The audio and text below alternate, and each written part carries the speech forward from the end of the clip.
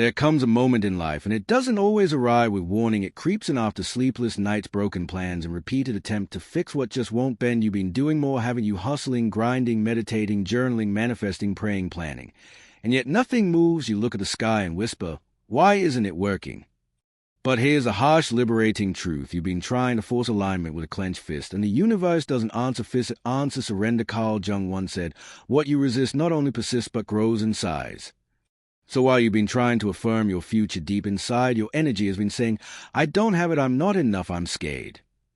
And guess what? The world listens to your energy, not your words. That's why your efforts don't manifest results, not because you're lazy, not because you're broken, but because you're stuck in survival mode trying to control what was never yours. A command. You don't attract what you want, you attract what you are. And when your entire identity is built on chasing, fixing, solving, your life becomes a reflection of the very emptiness you're trying to escape. So what if I told you? This the most powerful move you can make right now is to stop grasping, stop pushing, stop proving, not from fear, but from faith, not from weakness, but from wisdom. Because when the doing stops, the becoming begins. When the noise dies down, the unconscious awakens. And when you finally stop interfering, the psyche begins to heal, the shadow begins to integrate, and reality starts aligning on its own. This is not the end of your effort. This is the beginning of your surrender, not giving up, but giving into something deeper.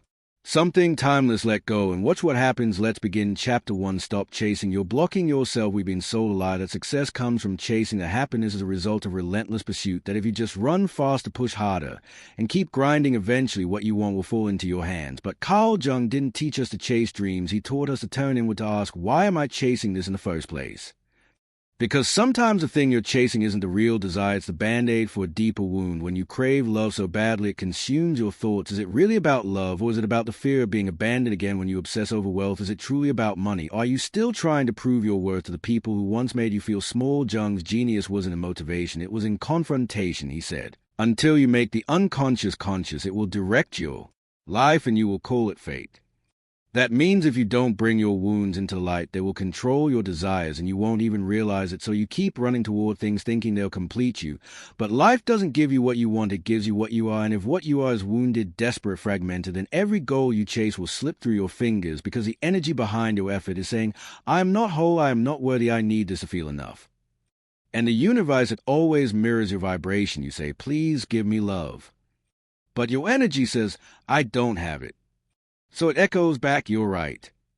This is why people burn out chasing relationships that never work, careers that drain them, validation that fades, not because the goal is wrong, but because the self behind the goal is bleeding. The obsession is never about the thing, it's about what you believe that thing will fix inside you.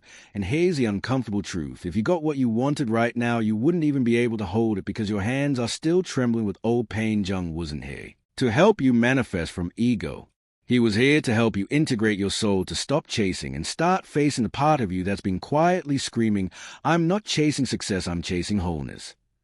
So here's your turning point. Before you ask the universe for more, ask yourself, what part of me still feels empty? Because once you heal that, you'll stop chasing what was never yours and start attracting what was always meant for you. This is not about quitting your goals, it's about cleansing your reasons. It's about becoming the kind of person who no longer needs because they've already become whole. Only then will the universe stop testing you and start trusting you. Let's go deeper. Chapter 2. The unconscious is always listening. Most people wake up every day thinking they are being tested by life, that the universe is throwing obstacles in their way to see how strong they are, but the truth is far deeper and more personal.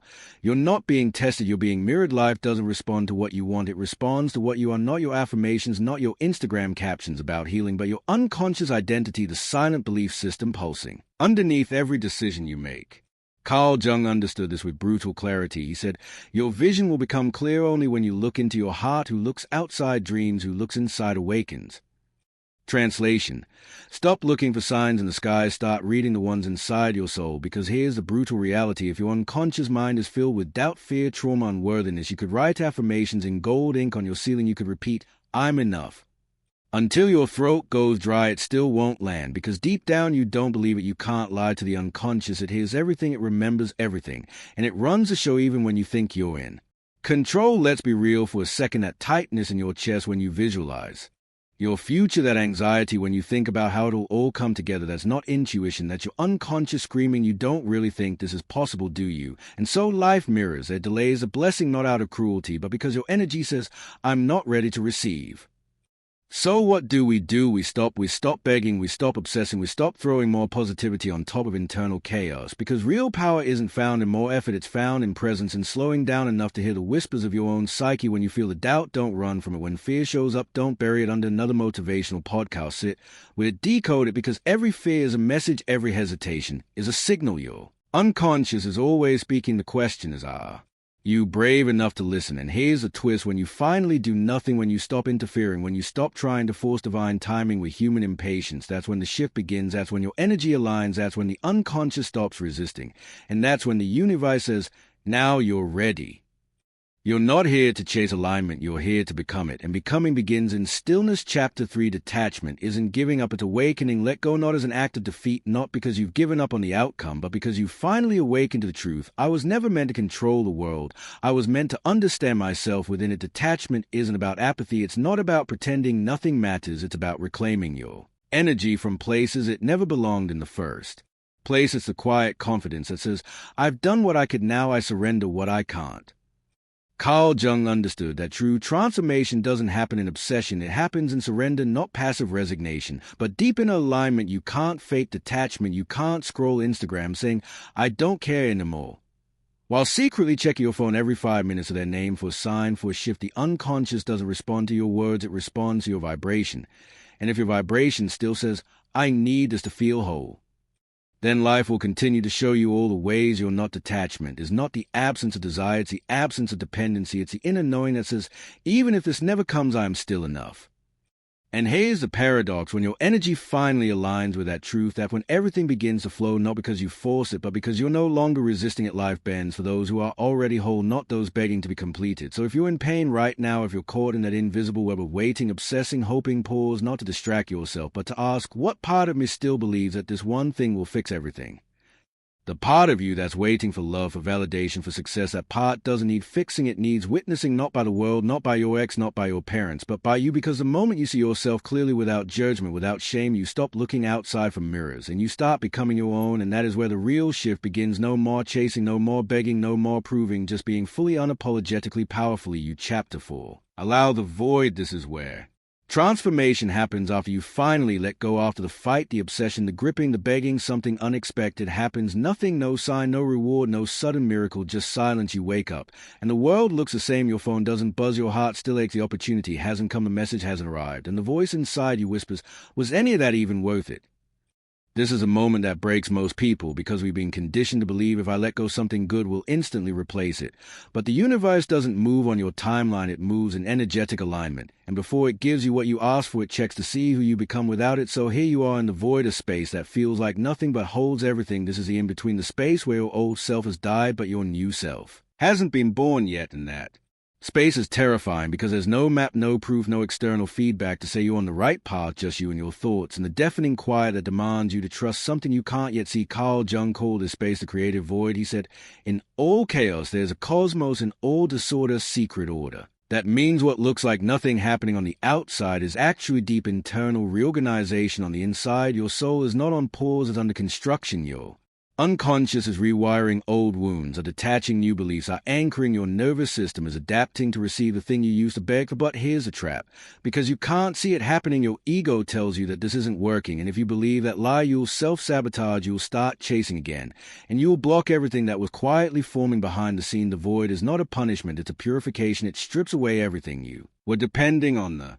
external validation, the illusion of control, the addiction to outcomes, until the only thing left is your truth. And when you reach that place where you stop chasing and start becoming, the universe listens. Because energy never lies. You can post vision boards, recite affirmations, and chant mantras all day long, but if your energy still says, I'm scared it won't happen, then life mirrors that. The void is the moment where you're asked to embody the outcome before it arrives. Can you feel wealthy before the money hits your bank account? Can you feel love before the relationship manifests? Can you feel free before anything changes on the outside? Because if you can, you collapse time, you turn waiting into becoming, you turn stillness into magnetism, you become the vibration of your desire, and life has no choice but to meet you there. But first you must pass the test of silence, the unknown, the terrifying gap where you feel like you're doing nothing, but in truth you're becoming everything. So if you're In that void right now, hold your ground. Don't move, don't fix, don't panic. Breathe a line and listen, because once you master the sacred stillness, once you stop needing proof and start becoming presence, life gets loud again. But this time it sings your song. Chapter 5, integrate. Don't obsess. Every desire you feel isn't random. It's not a punishment. It's not the universe teasing you or dangling something just out of reach. At a mirror message is spiritual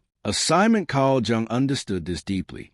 He taught that every desire is a signal from the unconscious, not to chase something out there, but to awaken something in here. You don't want money just to be rich. You want to feel safe. You don't want a relationship just to be loved. You want to feel seen. You don't want success just for applause. You want to finally believe that you're enough. The desire is not the problem. The unconscious attachment underneath it is. And this is where most people get stuck. They obsess, they mistake their yearning for action. They check their phone 20 times a day. They reread old conversations. They overanalyze every delay, every silence, every little shift in energy. And they call it manifestation. But Carl Jung's work, especially the process of individuation, taught us something different. The goal isn't to become perfect, it's to become whole, and wholeness doesn't come from obsessing over what you lack. It comes from integrating what you've disowned, your light, your shadow, your power, your insecurity, your deepest truth, even the parts you've been ashamed to look at. Because when you finally hold both your strength and your struggle, you stop needing life to fill you. You become full on your own. Let this land. You don't attract what you obsess over. You attract what you've made peace with. So the next time you feel a pull to chase, pause, not out of laziness, but out of mastery. Take a breath, close your eyes, and ask, what part of me still thinks this thing will complete me? Because when you realize you are already whole, that you're not missing anything, not broken, not behind, something powerful happens. The obsession dissolves, and in its place calm, clarity, and actual magnetism. You stop needing the world to prove your worth, and ironically that's when the world starts responding to you differently, because now your energy says, I'm already and I'm already there. That's the difference between manifesting from desperation and magnetizing from alignment. So yes, you could keep reaching, you could keep analyzing every sign, or you could do the radical revolutionary thing, sit still, do nothing, and let life catch up to who you've already become. Because once the internal work is done, you don't need to chase, you don't even need to ask, you simply allow, you simply receive, you simply are. Chapter 6, the ego wants control, the soul wants peace. Let's be honest, in that part of you that keeps checking your phone, refreshing your inbox, rereading conversations, watching the clock, asking, why hasn't it happened yet? That's not your higher self, that's your ego, the screaming in fear. The ego hates the unknown, it craves certainty, it needs the illusion of control to feel safe. And if it doesn't get it, it spirals, it catastrophizes, it floods your nervous system with panic and labels it intuition. But that's not intuition, that's insecurity, that unhealed fear, dress, and urgency. Carl Jung. So this internal war, clearly he didn't just study it, he lived it, and he taught us that the human experience is a constant tension between the ego and the soul. The ego demands proof, the soul whispers truth. The ego says, I need to control this so I don't get hurt again. The soul says, I've already survived worse, let's flow. Here's what most people never learn. The ego seeks outcomes, the soul seeks alignment. The ego needs to know how it's going to happen. The soul only needs to feel that it will, because the soul operates outside of time. It isn't chasing, it's remembering. Carl Jung once wrote, the privilege of a lifetime is to become who you truly are. And here's a plot twist. Who you truly are is not the version of you that's panicking. It's a version beneath all that, the one that already feels complete. That version of you isn't scared of silence. It isn't measuring its worth in text replies, followers, bank balances, or timelines. It breathes deeper, speaks slower, moves with grace, not urgency, because it knows everything meant for me will arrive, and it will arrive on time, divine time, not mine. But to access that version, the real you, you must learn to pause when panic rises, to interrupt the pattern, to ask a question so simple yet so powerful. Is this coming from my ego or from my essence? If it's pressure, anxiety, desperation, that's ego. If it's PC, surrender. And that's soul. This doesn't mean stop dreaming. It means stop clinging, stop suffocating your manifestations with fear, because desperation is noisy, but alignment is silent. It doesn't beg, it doesn't chase, it simply becomes. So if you're in a moment of doubt right now, don't add more noise, don't drown yourself in distractions or self-blame. Close your eyes, place your hand over your heart, and ask, what would the healed version of me do right now? Then do that, not because it guarantees the outcome, but because it anchors your truth. Remember, you're not here to control, you're here to co-create. And you can't co-create from a place of panic. You must choose peace even when it's uncomfortable, even when there's no proof, even when your ego says it still isn't working. Because when you choose peace over pressure, that's when reality starts to shift. That's when you're no longer just a passenger in your life. You become the architect. Peace is your compass, follow it, and everything meant for you will follow you. Chapter 7, shadow work, is manifestation. Like, you can't manifest a better life by only loving the pretty parts of yourself. You can't call in abundance while rejecting the version of you that's scared, angry, ashamed, or insecure, because the universe doesn't just respond to your goals, it responds to your wholeness. And wholeness means facing the part of you you've been running from your entire life. Carl Jung named it the shadow, not evil, not darkness in the Hollywood sense, but the repressed self, the parts of you buried to survive, the fear you silenced, the rage you swallowed, the guilt you pretended didn't exist, the unworthiness you dressed up as ambition. Most people think manifestation is about scripting, visualizing, and raising your vibration, but real manifestation, lasting, grounded, soul-aligned creation, doesn't come from fantasy. It comes from integration. Let's get real. Every time you obsess over love, it's usually not about love, it's about a wound screaming, if someone loves me, maybe I'll finally feel enough. Every time you hustle harder for money, it's not just about ambition. It's about a core belief saying, I'm not safe unless I have more.